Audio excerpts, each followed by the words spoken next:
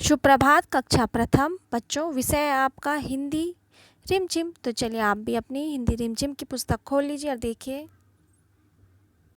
आज हम इसमें अध्ययन करेंगे आपके द्वितीय अध्याय, जिसका नाम है आम की कहानी। तो देखिए बच्चों, यहाँ पर आपको क्या दिखाई दे रहा है? यहाँ पर आपको चित्र ही चित्र दिखाई दे रहे हैं ना। यहाँ भी चित्र, यहाँ भी चित्र, यहाँ भी चित्र। फिर दूसरे पेज में देखिए, यहाँ भी आपको चित्र ही चित्र दिखाई दे रहे हैं। तो इस तरह आपकी ये क्या है? आज आम की कहानी क्या है बच्चों? आपकी आम की कहानी है एक चित्र कथा। मतलब आपको हमें इसे चित्रों के ही माध्यम से कहानी बनानी है, कहानी समझनी है। और ये कहानी किसकी है? फलों के राजा आम की। तो चलिए आज हम इन चित्रों के माध्यम से ये कहानी पढ़ने का, कहानी बनाने का प्रयास करते हैं। आप भी देखिए अपनी पुस्तक में और यहाँ पे चित्रों के माध्यम से समझने का प्रयास कीजिए। तो देखिए बच्चों, पहले चित्र में आपको क्या दिखाई दे रहा है? पहले चित्र में आपको एक पका हुआ आम, एक लड़की और एक कौवा दिखाई दे रहा है ना। तो ये आम है, जो पका हुआ आम है, उसे पहले किसने देखा? ये लड़की भी देखो उस आम को देख रही है और कौवा भी देख रहा है। अब जब हमें कोई पका हुआ आम दिखता है तो हमें कैसा लगता है कि आहा, हम इसे कब तोड़ें और खाएं। तो इस लड़की ने भी इसी तरह सोचा होगा और एक कौवे ने भी उसी तरह सोचा होगा। फिर दूसरे चित्र में देखिए आप, यहाँ पर लड़की उसे बड़े ध्यान से देख रही है। उस आम, पके हुए आम को देखकर उसके क्या मुंह में पानी भी आ रहा होगा। आप लोगों के मुंह में भी आता होगा कि आम को देख के पानी। फिर देखिए तीसरे चित्र में लड़की अपने साथ किसे ले आई? एक लड़के को ले आई। वो उसका दोस्त भी हो सकता है, भाई भी हो सकता है। तो इस तरह यहाँ पे लड़की अपने साथ एक लड़के को लेके आ गई है। और उस लड़के के हाथ में देखो क्या दिखाई दे रहा है? उस लड़के के हाथ में है गुलेल।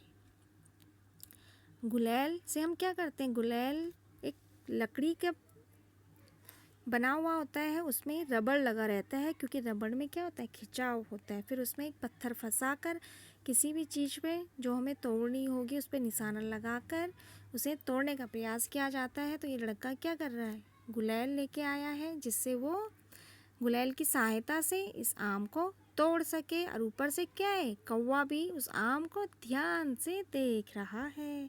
फिर दूसरे पेज में देखिए आप, यहाँ पर देखो आप तीसरे में ये लड़का क्या कर रहा है? गुलेल की सहायता से देखो आम को तोड़ने का प्रयास कर रहा है। ये देखो, उसने गुलेल ने पत्थर फंसाया होगा और वो देखो एक आंख बंद कर कर निशाना लगा रहा है। मतलब ध्यान से उस आम को देख रहा है, तोड़ने का प्रयास कर रहा है।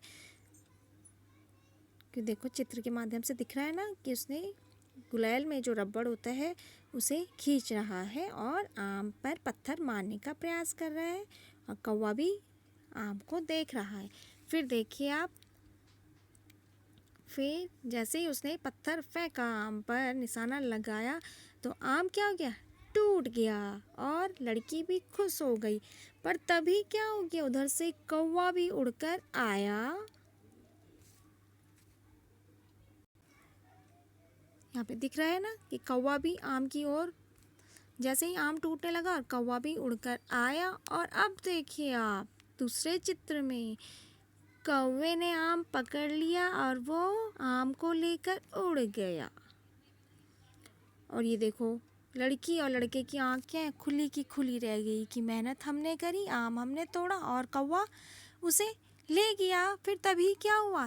देखो कौवा आम तो लेने में सफल हो गया, वो अपनी चोंच में आम को लेकर तो उड़ गया।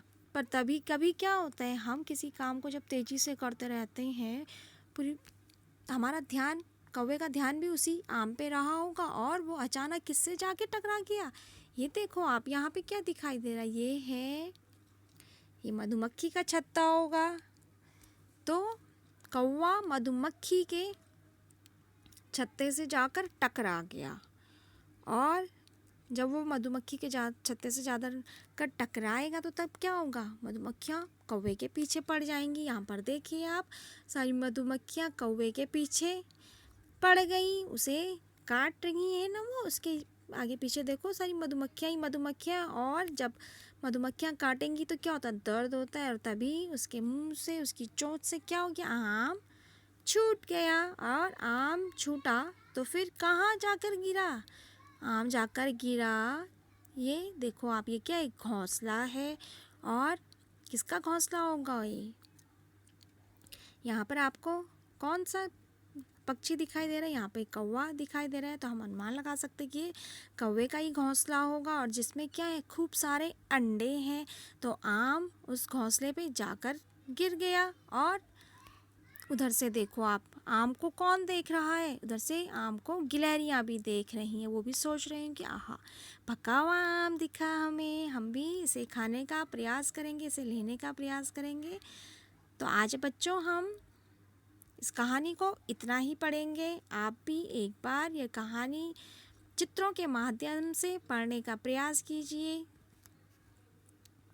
खुद भी आप सोचिए कि इस कहानी में यहाँ पर क्या चित्रों के माध्यम से बताया जा रहा है।